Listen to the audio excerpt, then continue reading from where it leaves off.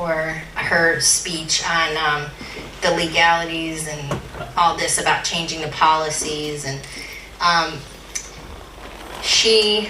the president of the board answered back, and it really didn't answer Bernie's questions at all. So then she publicly spoke online, and I sent that to Bernie, and Bernie responded with, that's incredible, you looped some people in, but then unfortunately it fizzled out. But Moms for Liberty and friends, members, we will continue to publicize and push out information about the Mentor school systems, because we have been in the national news now for you to make that happen until the board actually starts voting our way, which they are not.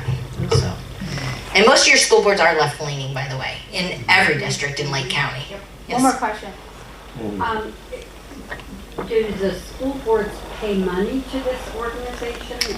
Yes, they do. I believe it was like $30,000 to $40,000. Yes, for this service. And almost all of our schools have signed up for this service, allowing Neola to write these school policies. And that is their job, to write policy. So, well, thank you very much for listening. Thank you very much. The sheriff just came in, so I'm going to give him 2 more minutes to relax. I'm going to have Angela Manarino come up here from American for Prosperity, because they're doing things. Does anyone ever listen to Tom Zawitowski on Saturdays? Have you seen how the left are outside of our Republican senators and representatives, telling them to change their vote on things, especially when it comes to Doge? So the Democrats are at the Republican offices protesting, and that's what, Angela, 2 minutes about this? Yeah, I don't even need that, I don't think so. That pretty much sums it up. But essentially, there is this group, Ohio Progressive Leaders Action Coalition, I believe is what they are. And every single Wednesday in Columbus, Cincinnati, and Cleveland, they are protesting outside of Bernie's office. They are calling it Wednesdays at Bernie's. And they're being really ridiculous too. They're flooding 160,000 calls a day. We're not entirely sure. When we staked it out last week, they were there around 12:30. And we just want to support Bernie and show him that small little issue that they can to do things. They get paid. They get paid. True. Also true. And I'll drive you guys down. You have signs. Yeah, I have signs. I have, That's the hardest part when I everything. learned how to Lake County Liberty Coalition taught me how to protest. Thank you, Tom Hack. Thank you very much. He gave me my master's degree in that. So you don't even have your own paint, right? Right, I've got everything. Yeah. Got everything. But the month of April is pretty packed, so I'd love for you guys to join us. Yeah. So you do this every Wednesday? So tomorrow's the first day that we're doing it. I don't know if we'll be doing it every Wednesday, but we're gonna kind of see how it goes after tomorrow. Are you paying for parking now that you're paying? Yes. Yeah. We are paying for parking. So if you want to come down and you don't want to drive with me, park at the Key Bank building and we will take care of your parking. We already got that situated. So, I mean, realistically, that's just the reality of politics. So, yeah, that's all I needed. Okay, great. If you guys have any questions or want to come or interested, let me know and I'll give you my card and we'll connect. Thank you. Prosperity. Thank you. Thank you very much. Or any safer with the deportation that's been being done, with ISIS cells being in different locations around the country? Or do you think we still need to be on like a watch for this? Well, it's only the beginning. I think that there's a lot of deep-rooted cartel members throughout the United States, already in safe houses throughout the United States.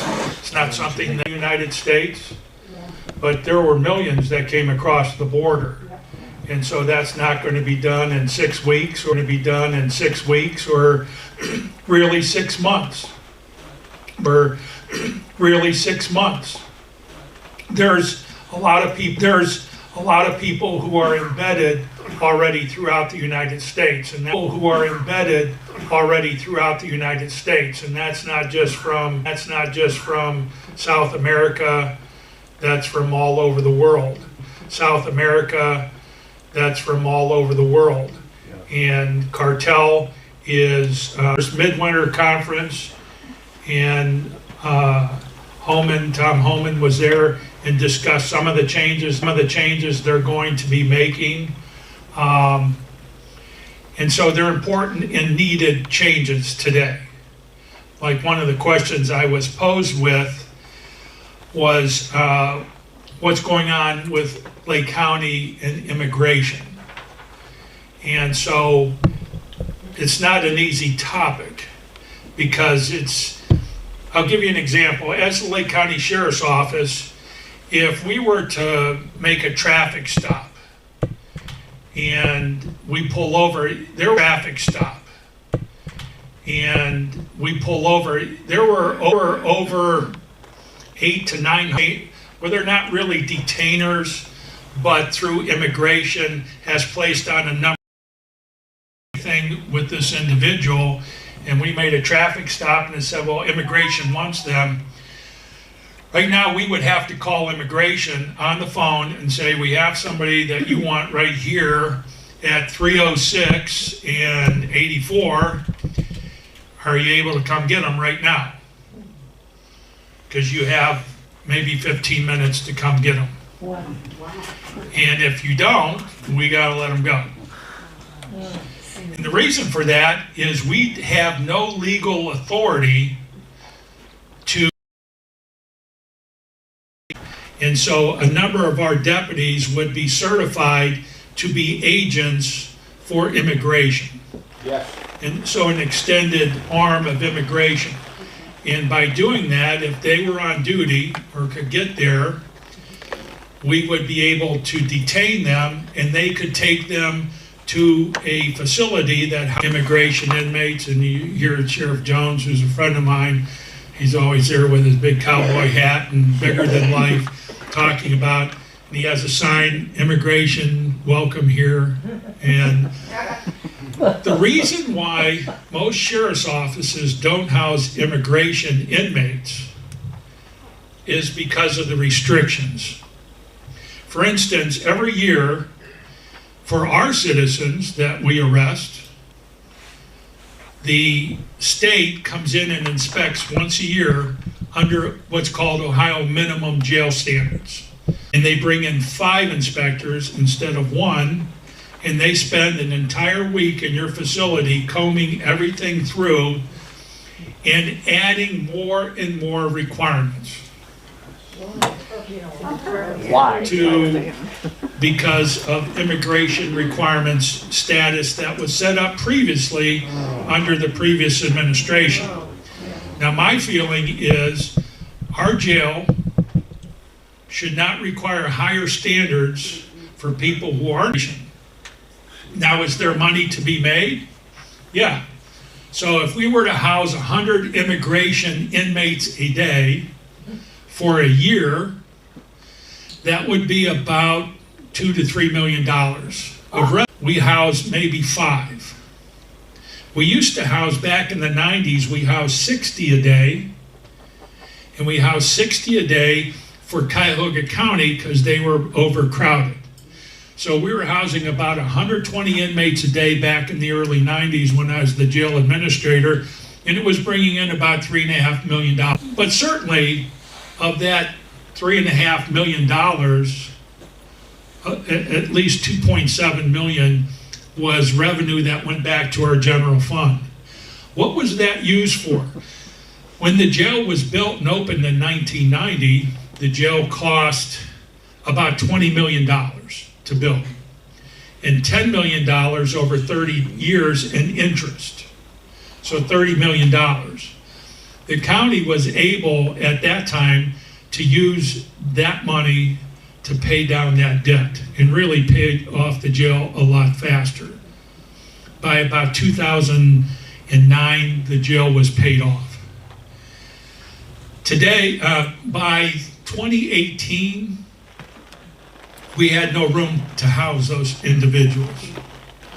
First of all, in 1995, Cuyahoga County Marshal inmates.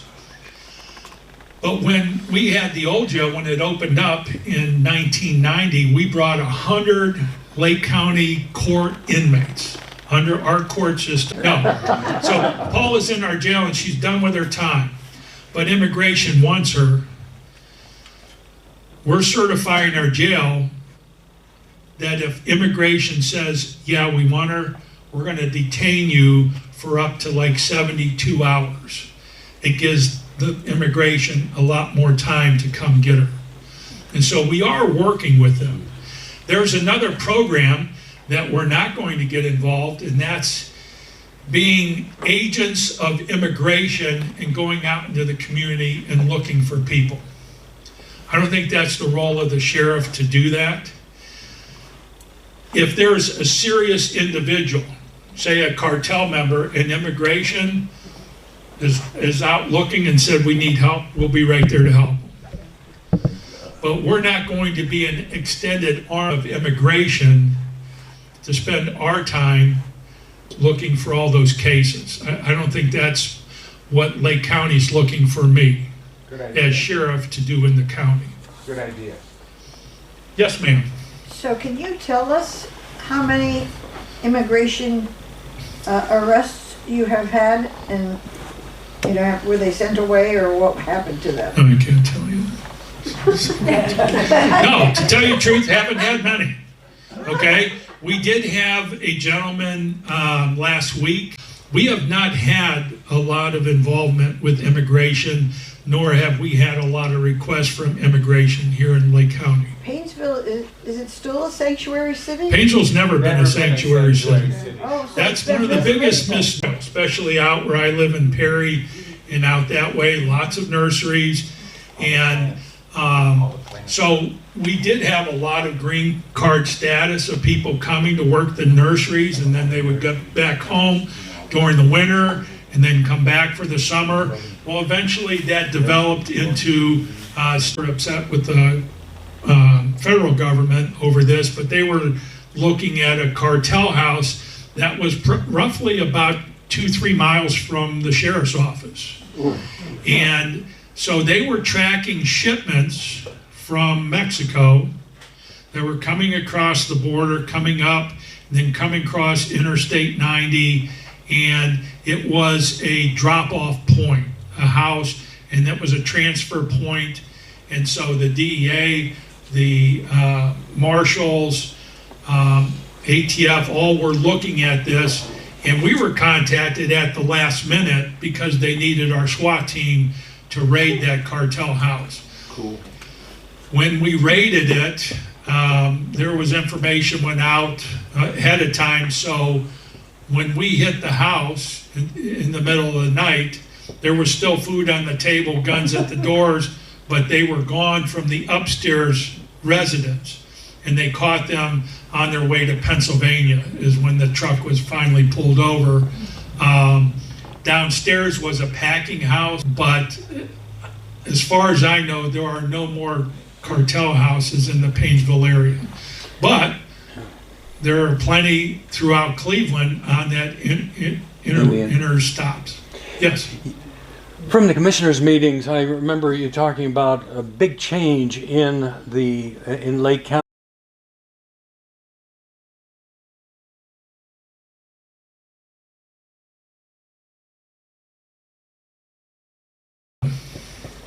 Some of the poverty that exists in our communities, a lot of those women involved in stealing that were brought to jail, and then the rise of drug addiction helped rise the female inmate population. Today we're at about 70 female inmates in the jail. Yeah, jail. Yeah. What are the who use drugs, and some who sell drugs are carrying guns in their cars. As well, people who are intoxicated with guns in their cars.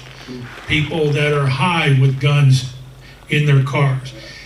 And so we're encountering that more often. Doing traffic stops. We always called the West End as our border. We always called the West End as our border with Cuyahoga County. And a lot of crime moving in from Cuyahoga County into West End, driving with the Cochise County Sheriff's Office, they said, in how people, you still have alcoholism and drunk driving. You have domestic violence, especially in youth here in Lake County. You know, beating up their parents, beating up their grandparents who they live with. And so Ohio courts to give, instead of cash bond to assure your appearance in jail, that you're just given a personal bond and promise to appear. And so a lot of that came out of the Ohio Supreme Court actions about 2 years ago, and think everything's okay. Number one, you can't carry it. Where can you store a gun? What can you do with it? And was the Metro Parks bought up to housing areas, and so we needed to more contain him, because you never know what somebody's going to do, and if they're threatening to shoot, you don't want them filling out into a neighborhood. But you're seeing a lot more mental illness with people hurting themselves. The other night, our deputies responded to a guy who was stabbing himself in the throat with a knife because he got bad news on his sister. So you've seen a lot more seriously mentally ill people in some of those responses and trying to deal with that. Yes, sir. Thank you. Two questions, but related. What are your trends so far in the last 3 months, 4 months, in the way of flow of illicit drugs and human trafficking? And do you see it improving with the crackdown at the border? Well, it depends on where the courts go in terms of how they look at some of the crime. Human trafficking through various social media. A while back, with regard to rules and regulations that hamper you, so that you said $1 a year. So in work is they don't look at the person driving the car. It takes the model of the car and takes a picture of the car. And then it searches for, are there warrants for that vehicle? Yes. A young girl passed me on her way the other day.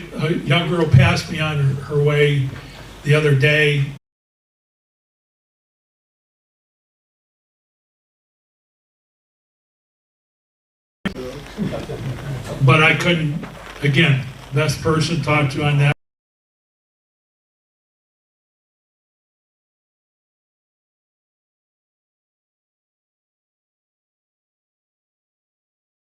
Enforcement are doing is using speed cameras and sending you a ticket. I don't believe in that.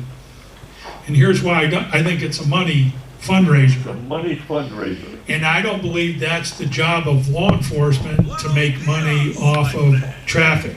Now, we should make a traffic stop, but I don't believe that we should fund government by writing speeding tickets. That's just my own, that's why we're not doing it. Yes, ma'am. God bless you. Am I correct in feeling that you can, when you have, if you know an IP address, you can, there's a way you can see where it's at. Is that true? Yes, Okay. and we're getting better and better at that. Great. So, this is on the topic of child, people who target children for their sexual purposes, pornography or whatever that is. I don't know why. Yes.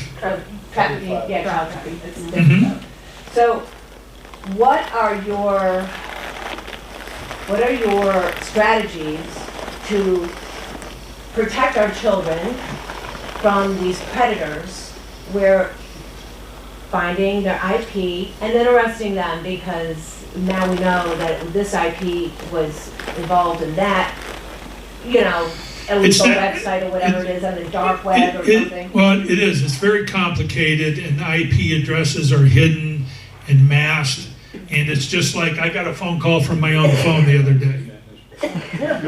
I was calling myself. Well, it was somebody calling to, sell me something. But they masked my own phone number to me. Okay, So I'll answer that. We are training our detectives in a specialized unit, and there's a number throughout the county.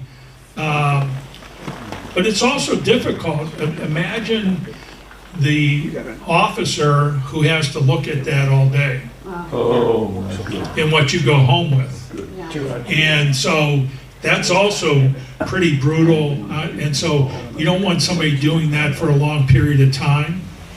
And so it's trying to manage that. But we are doing that, and it's a more technical.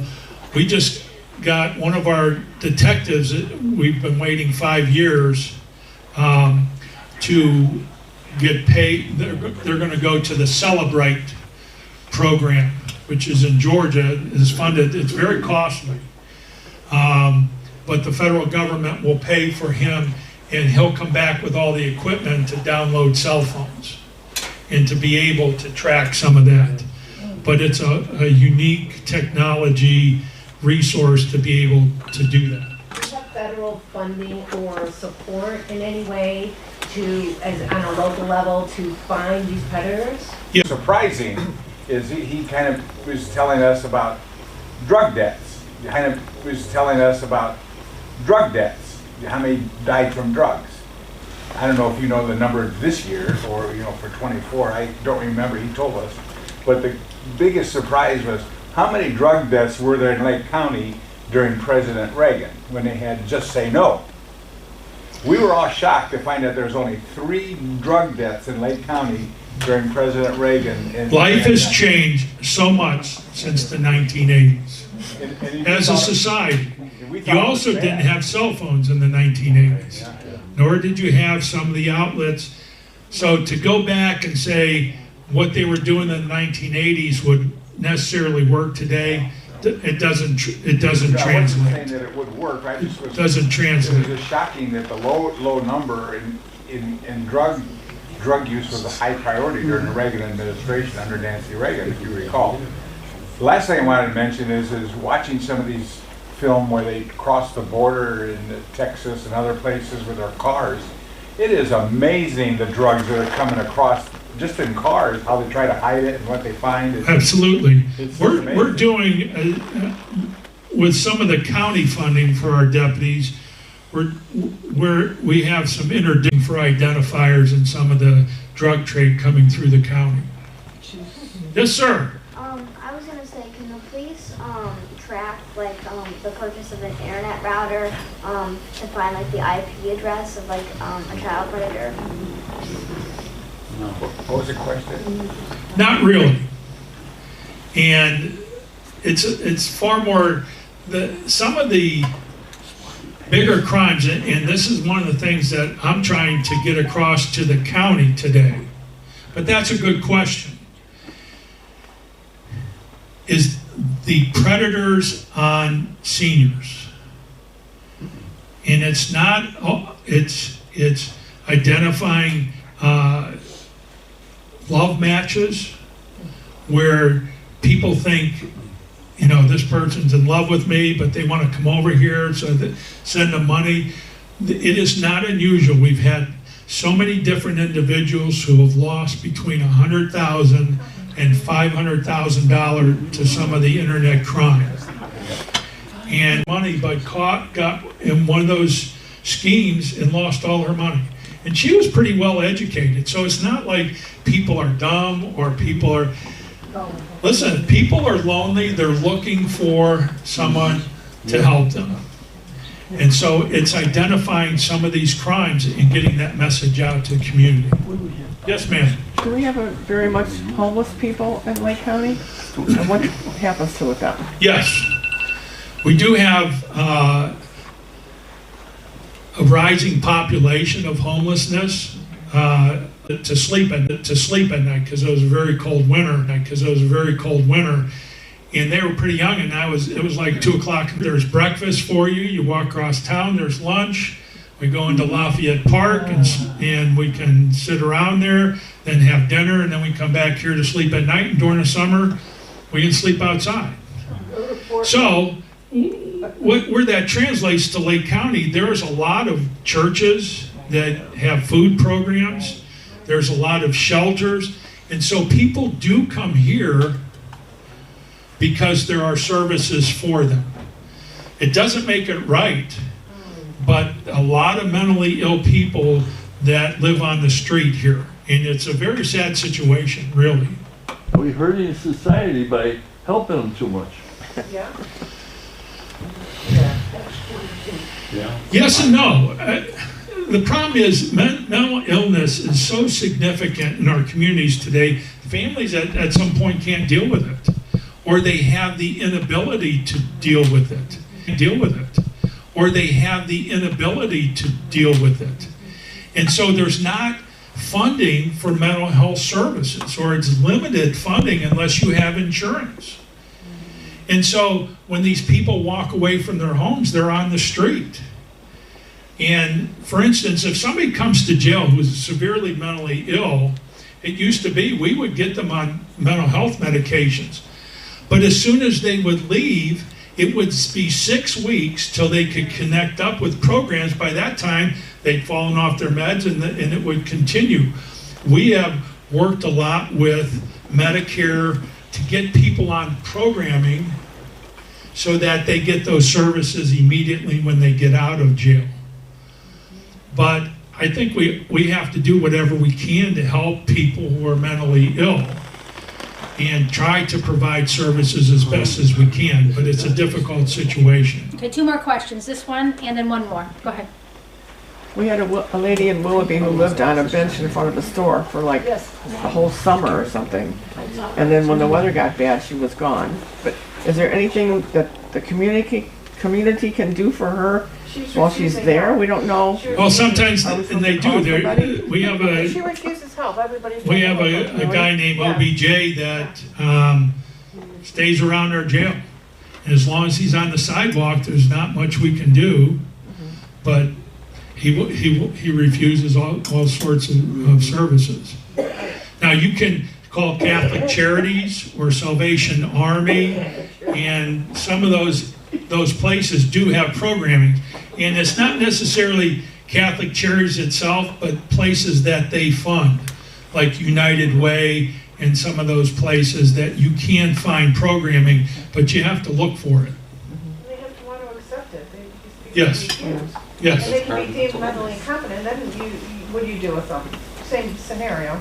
Yeah. If they go in, I've seen her wearing a wristband from she's been in the hospital and released. You go, oh no, that's bad. And then when the architect was done, he gave the plans to a builder and said, go build it in county and going out of business because of poor designs.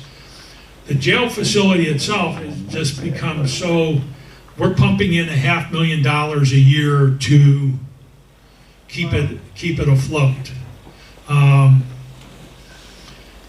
No flow drain. So one of the things was, do you remodel the current jail to meet current standards? Well, that would be about $90 million, today's prices, to do that.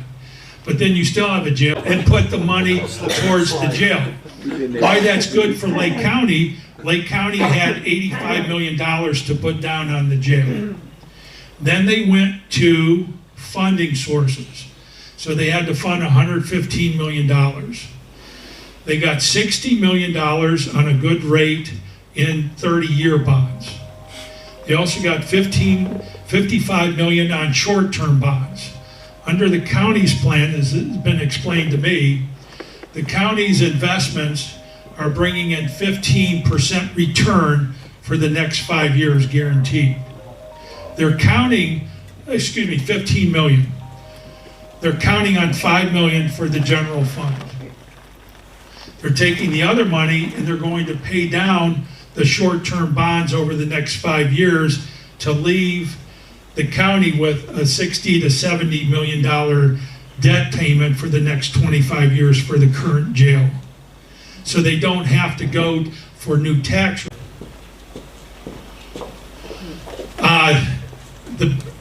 What's different about this is called a design build. So they take an architect and the builder and they work together on the plans.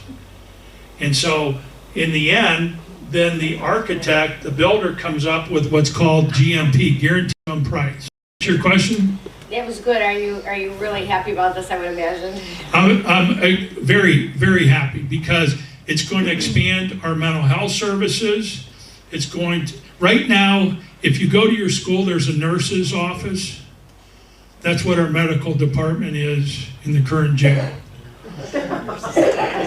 And we have severe medical issues, severe mental health, better than when they first came to our jail. And that means getting them on drug treatment through our drug and alcohol services, treating their mental health services, and getting